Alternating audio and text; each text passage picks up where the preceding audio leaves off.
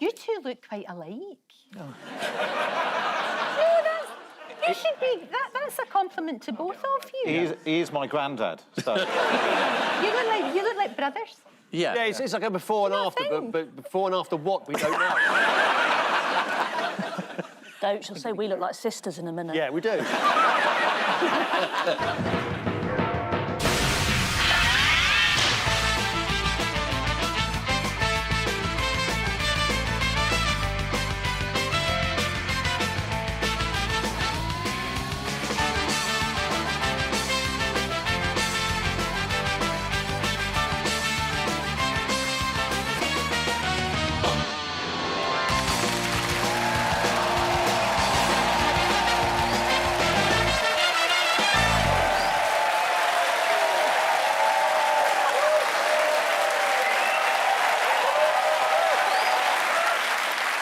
Good evening and welcome to Have I Got News For You.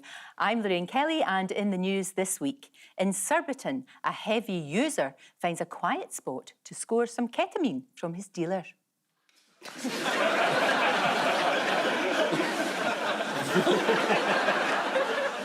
On I'm a Celebrity, there's evidence that Colleen Rooney is struggling with the bean-heavy diet.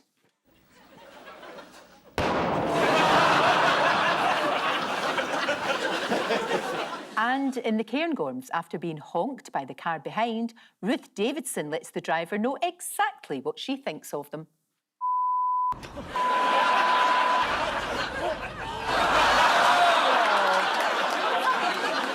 On Ian's team tonight is a journalist who used to host a podcast called How to Win an Election. It's not for me to judge whether it's any good or not, but apparently Rishi Sunak and Kamala Harris were regular listeners. Please welcome Matt Chorley.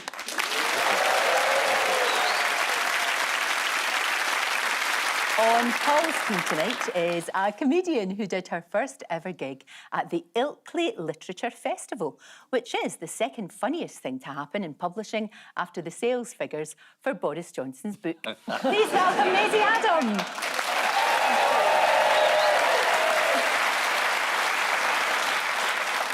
Well, we begin with the bigger news stories of the week. Ian and Matt, have a wee look at this. As a farmer, Keith Farmer. That's inheritance tax for you. No, I'm an economist. These are all pound coins. Well, this is a big farm protest, and Matt was actually there. Yes, it was really cold. I don't know how the farmers do it. Andrew Lloyd Webber was there. Yes, he was. With a dog. He was. Called Mojito. Uh-huh. Thank you for this detail. Well, I was there. I'm trying to prove that I really was there. What was he there? What was Andrew Lloyd Webber doing there? He was just... I think I got the slight feeling he might have been slightly passing through. You ended up doing some vox pops, didn't Yeah, you? I love a vox pop. There's nothing better than standing in the drizzle speaking to members of the public. And I said to one of them, well, why should someone whose family just happened to have a big house pay inheritance tax, but you shouldn't pay inheritance tax? And she sort of paused for a minute and then said, yeah, that is a good question. What is it that Labour are actually proposing, though? Well, the focus of the protest is inheritance tax. Farmers didn't pay it at all. And now they're going to pay half of what everyone else pays. And the limits they've set on them are really pretty high. So it's meant to stop wealthy landowners buying lots of land in order to avoid taxes. And say people like, now, who comes to mind? Jeremy Clarkson, who originally bought his farm in order to avoid paying any tax on it, has now become the champion of the small farmer who's probably not going to get hit by this and is going to end up worse off for lots of other reasons. It's a bit like if there was a big shepherdesses protest and Marie Antoinette turned up. What sort of drugs are you on? And share them out. Exactly. Mostly ketamine, but... Do you want to see Jeremy Clarkson talking No, thank you. to the... Well, you're gonna. Oh, Whether OK. you like it or not, You made we it have sound to like an see. option. It's not an option. OK. Here is Jeremy Clarkson talking to the BBC. Now, don't be Oh, distracted by the wee fella in the background. So why are you here, Mr. Clarkson? Well, because I'm here to support farmers. Right. Are you angry? It's difficult to be angry on somebody else's behalf. That's like being Yes, no, I'm not angry on someone else's behalf. Right. So it's not about you. It's not about your farm and the fact that you bought a farm to avoid inheritance tax.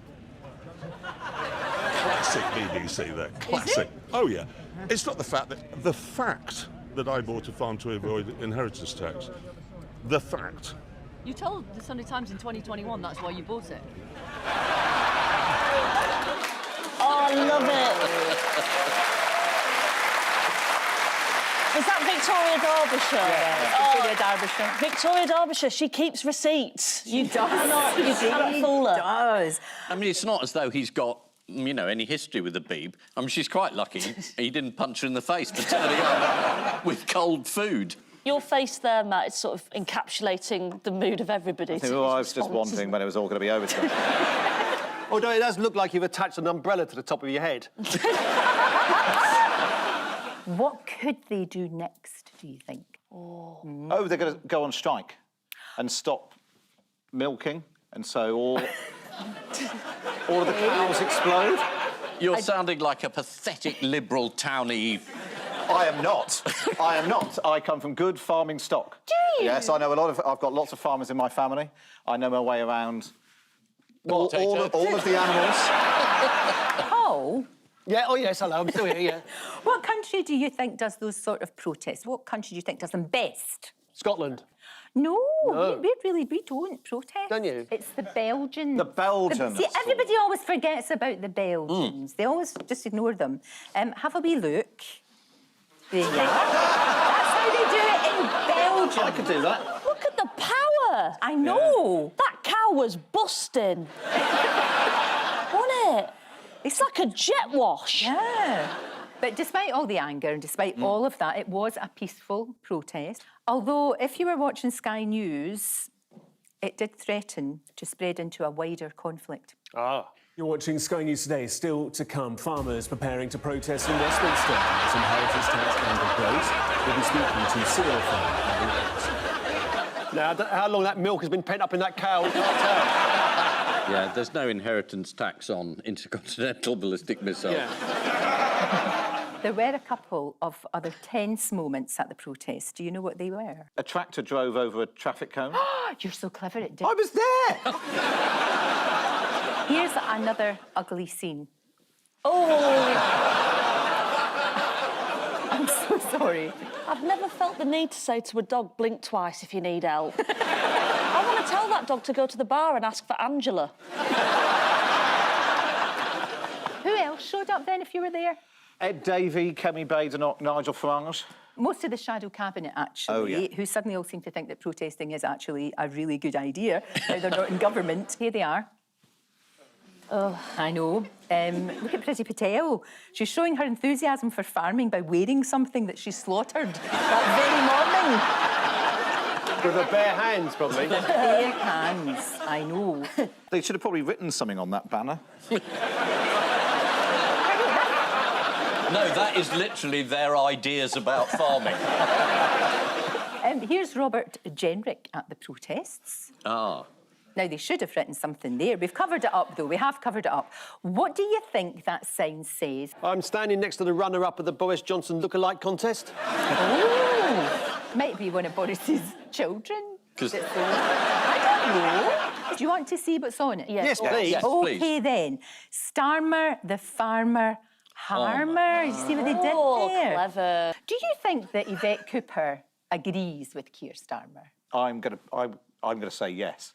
I'm going to say no. Right. Because I think you've got evidence of... showing us evidence of her agreeing with him wouldn't be a very good clip. So evidence of her disagreeing or pretending to agree but really disagreeing would be much more interesting. Right. So let's run the clip. Exactly. I'm going to call your bluff. Here we go. It's not working.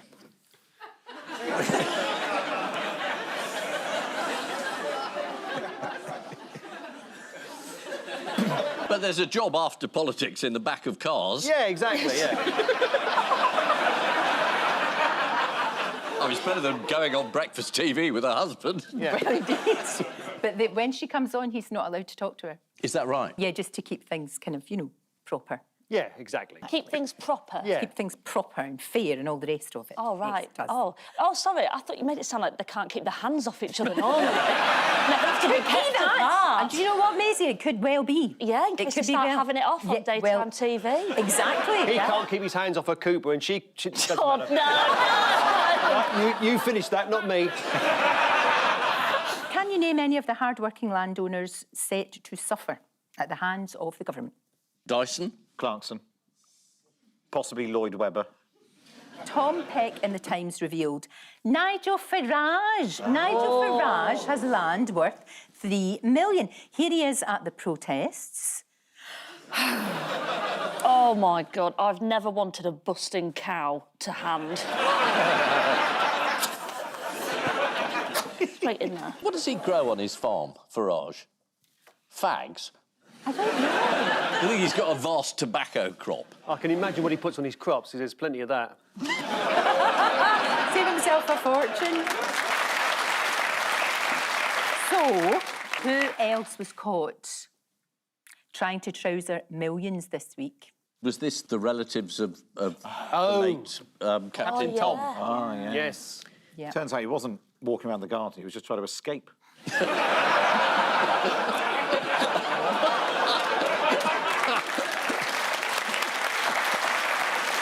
Oh, dear. Captain Tom Moore's daughter was found to have officially misled the public by pocketing $1.5 million from a book deal instead of giving the money to her father's charity, like she promised and he wanted.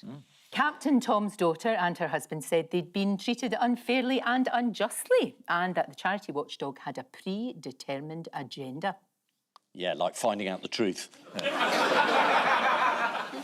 I mean, it was a good thing they were stopped, because they were doing it on and on and on. And anything that they could put his name on. Yeah. What, gin and calendars and pencil Captain cases and Tom Gin. There was. condoms. Yeah.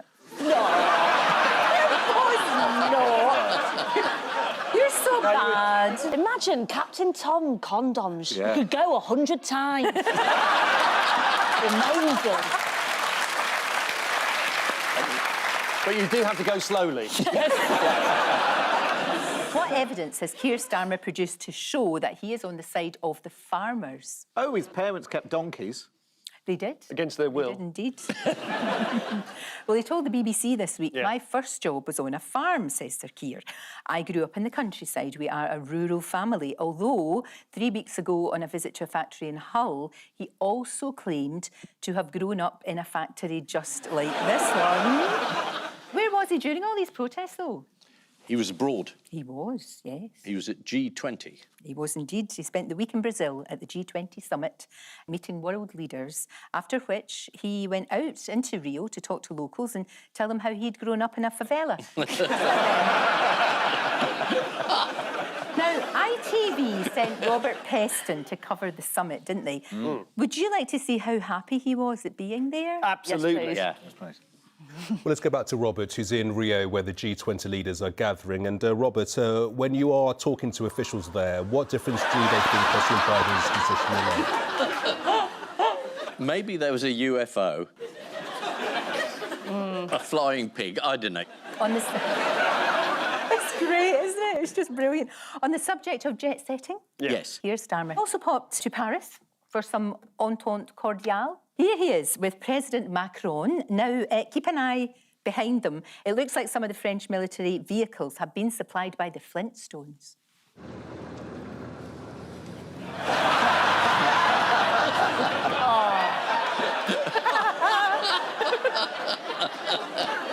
Well, this is the farmers' protest at Labour's new rules on inheritance tax. In other news, Rachel Reeves has been accused of lying on her CV, but we've all done that, haven't we, for work purposes? For years, I've claimed to be friends with Richard Madeley. Paul and Maisie, have a wee look at this. Yes. OK, there's Donald Trump. That's Elon Musk. He's the president. He's the president, yeah.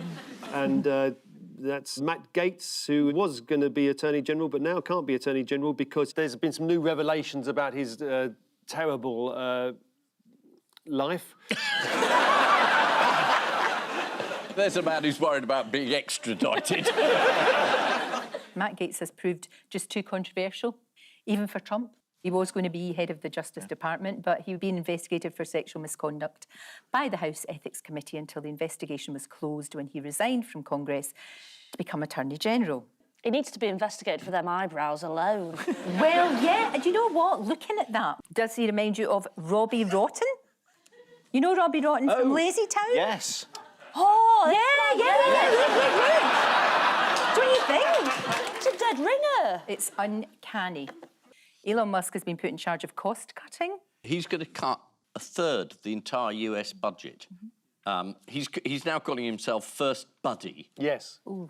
That's going to break apart that relationship soon. It's a bromance waiting to dissolve. Who's doing their damnedest to bring Musk's Twitter X, whatever it's called, to bring that empire crashing down? Musk is. Very true. He's been working really hard at it, and it's good. It's working. It's working. It's working. Yeah, lots of people are leaving.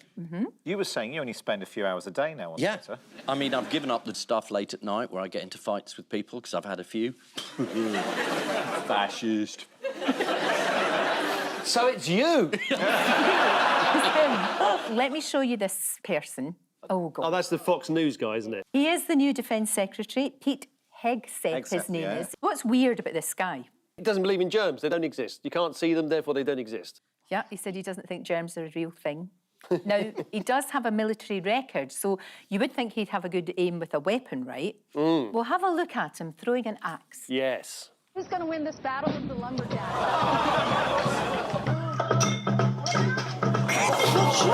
Please. There's traffic behind it. Why are you throwing an axe in that direction? It's mad. That'll cut down the military.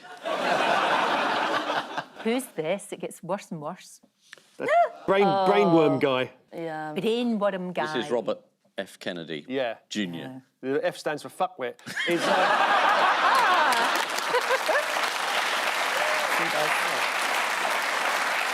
Yes, indeed, it is Robert Kennedy Jr. So, obviously, he's in charge of... Health. Health and Human Services, of course he is. What problem has President Biden left in President-elect Trump's lap? Ukraine. Leading to... World War III. No, World War III, Maisie? Maybe World War III. You don't think? No. Oh, I feel a lot better now. Yeah. I do. If I'm wrong, I'll be the first to apologise.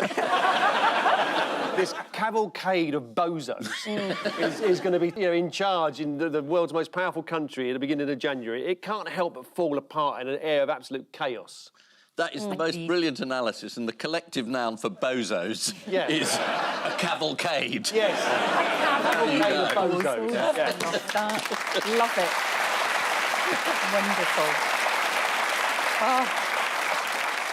How has Joe Biden followed up that slightly rash move with the intercontinental ballistic missiles? What did he get up to? Well, he's also allowed them to plant landmines, which I thought we weren't doing anymore. Anyway, I thought I'd add that for comic purposes.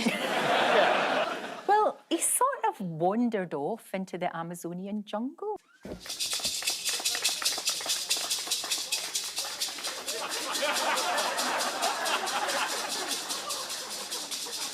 I'm a celebrity. And he was never seen again. There he toddles off. Yeah. Also, that's like, there's a really obvious path there and he can't even see that. Would you like to see Trump's pick for education secretary? Yeah, let's have a look at that. Called Linda She's McMahon. good too. She's enjoying a day out with the family. Mom, Come on. just remember, like you told me when I was a little girl, this is gonna hurt me a lot worse than it hurts you. Get her!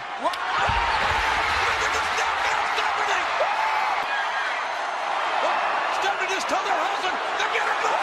Stop that! Stop that! Oh my God! Look at him! Is this a cabinet meeting? That's the John Prescott Memorial Games.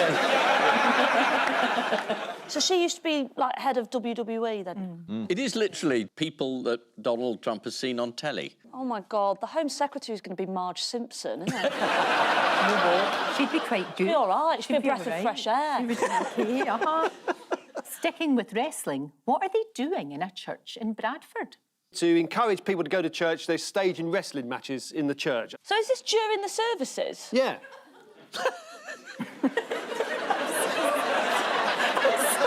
As it says in the Bible, the best of 3 falls and 1 submission.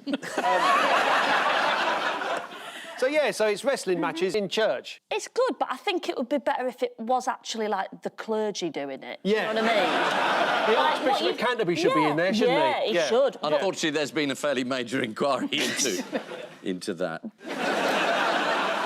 You kind of ran into him recently, did you not, Ian?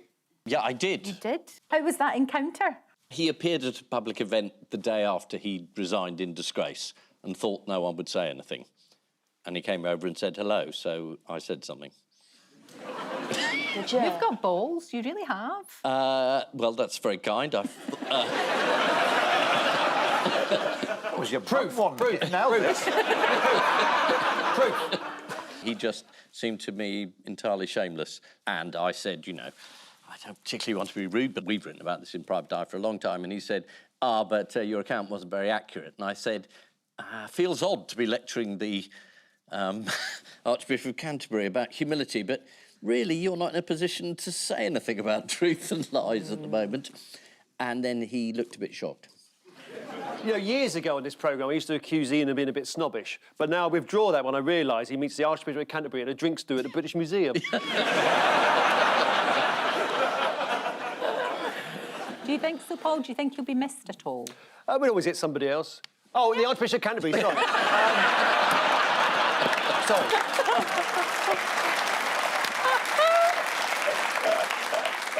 So his job's up for grabs. Match of the day, that gig as well. What one are you going for, I Ian? thought you were saying he's going to move on to do Match of the Day. And Gary Lineker's going to become Archbishop of Canterbury. I'd like to see you doing Match of the Day, Ian. I think that would be good. Yeah. What are you talking about? It'd be terrible. No, he wouldn't. Yes, he would. No, he wouldn't. He doesn't care about football. I know, but that would make it funny. I think it'd be lovely. Oh, yeah, tune in for Match of the Day and find an hour of somebody doing brass rubbings in a church. This is the news that Donald Trump has selected his new cabinet. According to the Mail Online, Health Secretary appointee Robert F. Kennedy is against the additives used in many McDonald's items, including the sausage McGriddle. Coincidentally, that's also the name of Donald Trump's favourite Scottish porn star. So,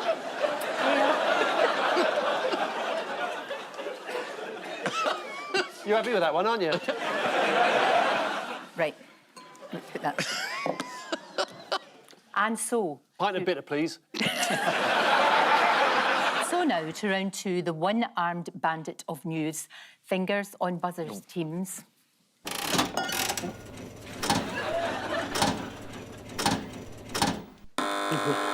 Paul. I'm vaguely aware that the Americans have trained rats to drive cars. Why? Well, there's nothing better to do.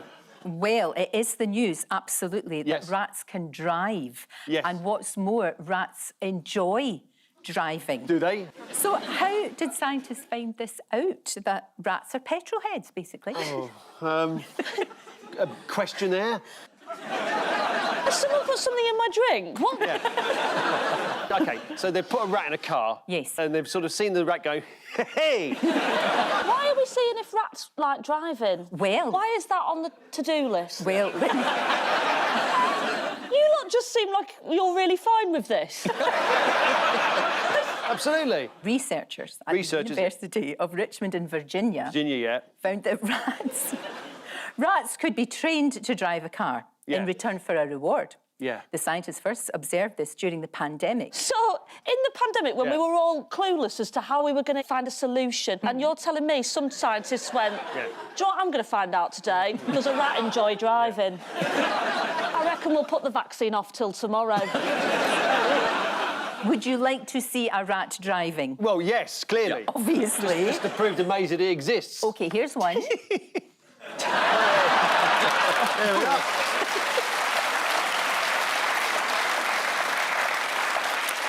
This is the real one. Have a look at this. Oh, so cute. You've been generous with the term car. Yeah. There's remote control going on here. No, I think the rat is just trying to get the treat but can't because someone's put it in a car. I don't think the rat is going, watch this, I can do a 3-point turn. We deserve to get overtaken by robots and AI. Well, we're going to get overtaken by a rat. It could be a Top Gear for rats. Yeah. I think they did that.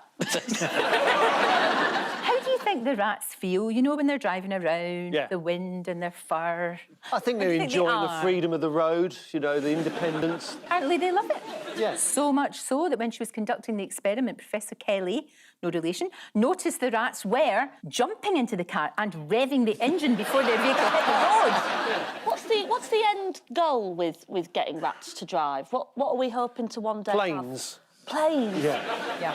I don't want to be on a plane and a rat come on the tannoy going. Yeah. We're just going at 30,000. Yeah, but Yeah, they'd probably say that rather than speak English. it's perfectly safe as long as they know there's a Fruit Loop waiting for them in Rio de Janeiro. Now, all this isn't really news. For those of us of a certain age, we will remember the kids' show Tales of the River. Tales of the Riverbank, yeah, Hammy Hamster. I know. Roderick Rat. Oh, I know. They've been getting rats and hamsters to drive cars and boats and fly planes for years. We must see this. That afternoon, Guinea Pig appears on the scene. The two friends watch him as though they're both glued to the side of the road as Guinea Pig hurtles down on them and screeches to a halt.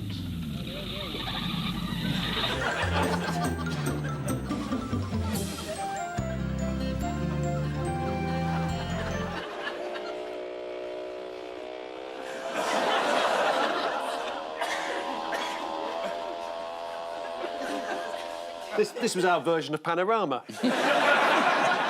I'm worried about that wee mouse or whatever it was in that plane. Yeah, and I'm worried about Captain Toady. I hope his family, you know, didn't just keep the royalties. Yeah. That was one of the strangest things I've ever seen. That would just be on the telly and you'd all be all right with that. Yeah. Yeah. Well, I think she would. Remember Andy Pandy and Louie Lou and Teddy Yes, and they were all in the hamper? Yeah. That was a You've no idea what we're talking about. I've never done drugs, but I imagine it's something like this. Flower pot men. Yeah, we didn't have drugs. You can't just turn to me and go, flower pot man. Flower pot men. I have. Muffin the Mule. Which I must point out that was its name rather than a practice. This is the news that scientists have discovered that rats can not only drive, but actually enjoy the experience. Hollywood producers are now working on a screenplay for a brand new franchise, The Fast and the Furriest. Oh, good stuff. Oh, don't. Do you get the feeling that whole item was produced just for that one joke? It was. With an estimated 18 million rats in London, remember you are never more than 6 feet away from a twat on an e-scooter. Fingers on buzzers, teams.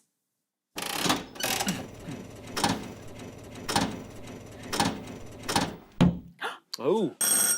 Yeah, Mel Gibson isn't Scottish.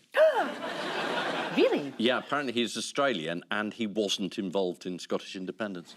True, but not what we were really looking for. Oh. This here is the news that Scottish people are better at spotting fake accents than people in the South. Right. So why are we better than you soft Southerners then? I suppose you've got to have a good ear for accents to understand what each other are saying.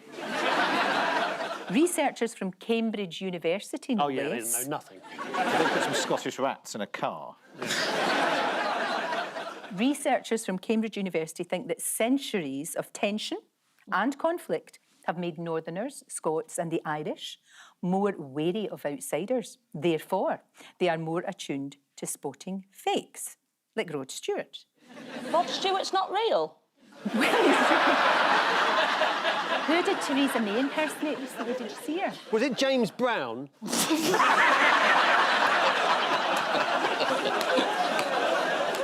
I'm sure I've seen the footage. I feel like a sex machine. It was, wasn't it? Theresa May attempted a Scottish accent in her opening speech in the House of Lords, because she's in there now, and she was telling a wee story about her mentor, Baroness Goldie. My supporters indicated how generous it was of her to give me a gift. And she said, "It's the companion on standing orders." It's Rod Stewart. To read during recess. She's not the only former Prime Minister who likes to put on an accent. Yes. What's Boris Johnson been doing? Oh, he was in France Yes, he was. And he gave a radio interview in French. You want to hear this? Oh, Yes, really? please. La liberté de faire des choses différentes. Et en particulier, vous voyez, on oublie tout ça maintenant, parce que c'est il y a 2 ou 3 années.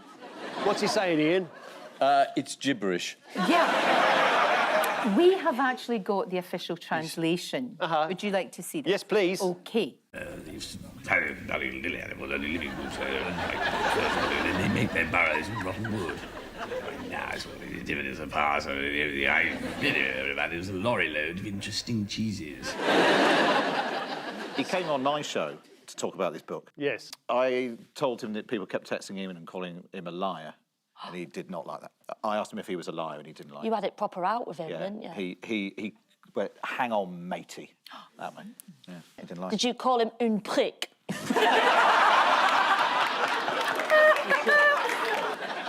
In other news, how has Richard III been communicating from beyond the grave? This feels like one for you, Ian. He's on Twitter. No, he's on Good Morning Britain, isn't he?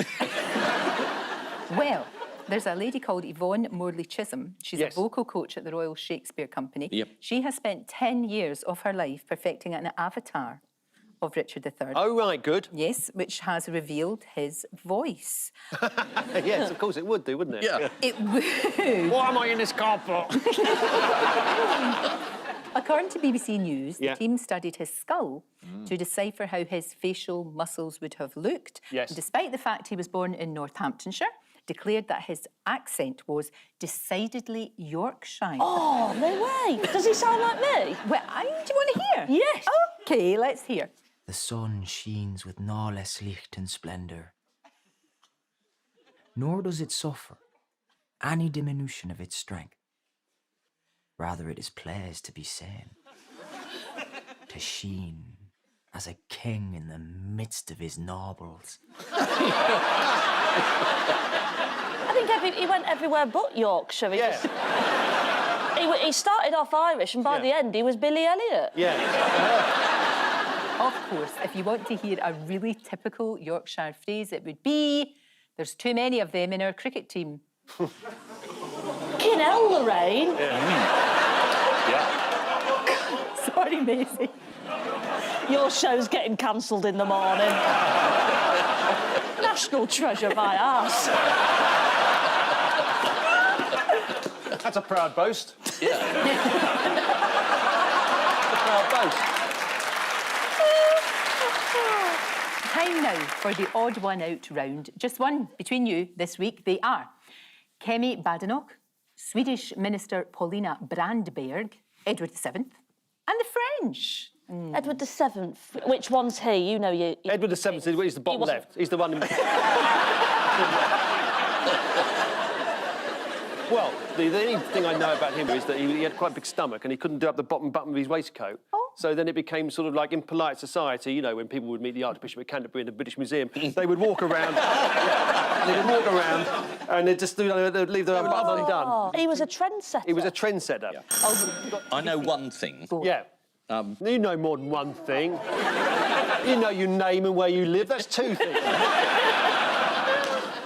She was in the newspaper because she hates bananas. Oh, yes. Yes. Is that the Swedish politician hating bananas? Yes, Right. yes, yes. But the bananas are key. Ah. The bananas are key. Bananas.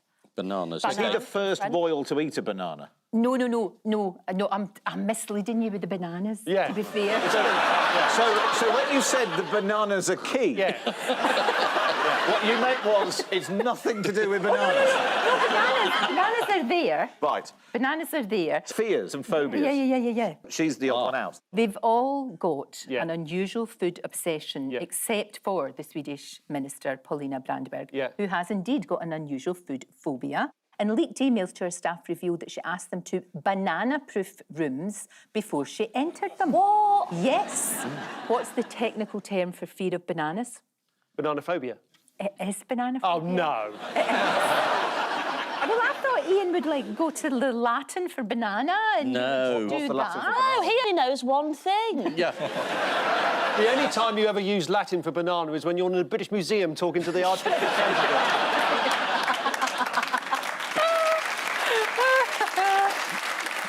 tell me what drink Kemi Badenoch is obsessed with? It's Diet Coke. It's actually Coke Zero, but it has to be at room temperature. Depends what the temperature of the room is. Yeah. What did King Edward VII's diet consist of? Everything you could possibly eat, Absolutely. he did. He was a renowned glutton. Yeah. So his food obsession was food? Just basically everything. This is what he would eat. Breakfast, 30 courses. Lunch, 8 courses. Then there was afternoon tea. Then dinner, 12 courses. And right before he went to bed, he would have a supper of cakes. Imagine following him into the lav. Absolutely. The only way you'd ever follow Edward VII into the lab was if you were at a dinner at the British Museum. What British food are the French supposedly obsessed with? Roast beef. No. No. No, it's Fish and not. chips. Sausage rolls. No, chocolate fingers. Les Finger de Cadbury is what they call them. Les Finger de Cadbury. Finger That was a de drag act, Cadbury. wasn't it? There's now outrage in France because the biscuits have not been seen on supermarket shelves since the spring, and the makers have not explained why. Oh. So how do you think the French have reacted? Protest. Rioting. Academic Sophie Theron told Le Monde, Yes. when Cadbury withdraws its fingers without warning, the trust established with the brand is shattered. And That needs no further comment. Would you? Would you withdraw your fingers without warning? Is that what you're asking us? Would you like to see a French... Well, obviously we would. But whether we should is another matter. Go on, then. Would you like to see an old French advert for Cadbury's chocolate fingers? I believe I would. Yeah. Il faut monter Finger de Cadbury, vous ne pouvez pas le faire un petit peu plus long? Finger de Cadbury, c'est bon. Un petit peu plus long. And well delivered there by a young Boris Johnson. Finally, how did one man in America lose some money over a sausage this week? It was in a game show. A game show. Oh, what's my sausage? Oh. Yeah, it was on Wheel of Fortune. It was, Matt Chorley. Oh, a bit daft, OK. I'd like to solve the puzzle. OK, well, let's hear it. Treat yourself a round of sausage. I'm sorry, that's not... Give yourself a round of applause. Yeah, that's it. Oh. Treat yourself to a round of sausage. Yeah. That's also the slogan of the Captain Tom condoms, isn't it? OK, time now for the Missing Words Round, which this week features as its guest publication Fry magazine, the #1 magazine for the fish frying and fast food trade. Shall we start with fish called Bob causes sensation in Leeds because what? It's got a fake Yorkshire accent. No. He buys around? No. No. Fish called Bob causes sensation in Leeds because he has a human face. Oh. What? No, he hasn't. There's Bob. Oh, yes, he does. He's got a human face. He's got a tash and all. Yeah. I think I used to go out with his sister. OK, if you find yourself in a chippy in Blackburn, make sure you... what? Pay. Is it gravy? Gravy? Make sure you ask for gravy. That's not a headline, is it? Gravy? It's not a headline. It's not news, is it? I'm trying to show you in Blackburn. Make sure you ask for gravy. No one's asked for that before. Hello, is that the BBC? If you find yourself in a chippy in Blackburn, make sure you try a John Bull sandwich. There we are. No, I take it back on what you said about gravy. That's not a headline. That's not a headline either. A John Bull sandwich consists of 2 slices of potato with mince in the middle, which is then fried in batter. Oh, my God. That's what Edward VII would call an hors d'oeuvre. Yeah, that's a starter for him. 132 hamsters on the loose. What? 132 hamsters on the loose women's show. Yes. Oh! They had it standing for Janet Street Porter at the last minute. It's 132 hamsters on the loose cause chaos on a flight to Portugal. That's like the world's shittest sequel to Snakes on a Plane. Hamsters on a Jet2 flight. Yeah. Next, National Fish and Chip Day was moved a day earlier this year to create a joint celebration with what? Heart Attack Tuesday. Is it the Daily Telegraph? Funnily enough. National Fish and Chip Day was moved a day earlier this year to create a joint celebration with the 80th anniversary of the D-Day landings. It's what they would have wanted. It's what Captain Tom would have wanted. Yeah. Finally, Swindon Town manager blames recent run-off defeats on what? The opposition turning up. It's ghosts, isn't it? It's the graveyard. Swindon Town manager blames recent run of defeats on stadium being haunted. Oh. Yeah, the manager Ian Holloway cited an example of the supernatural behaviour during their last home match when the ball was possessed by the opposition and they couldn't get it back for 90 minutes. Possession. Yeah, right. He knows about football. He knows. Yeah, no, I could do banter about this. Did you watch Match of the Day last week, Archbishop?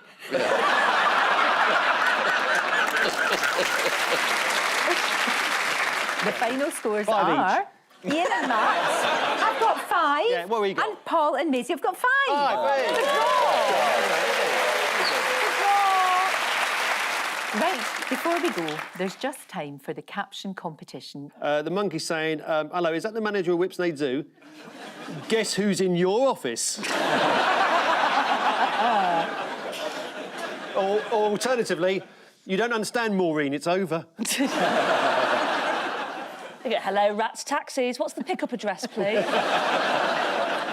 On which note, we say thank you to our panellists, Ian Hislop and Matt Chorley, Paul Merton and Maisie Adam. And I'll leave you with news that, at a party in London, one man reacts after the guest of honour tells his father's favourite joke.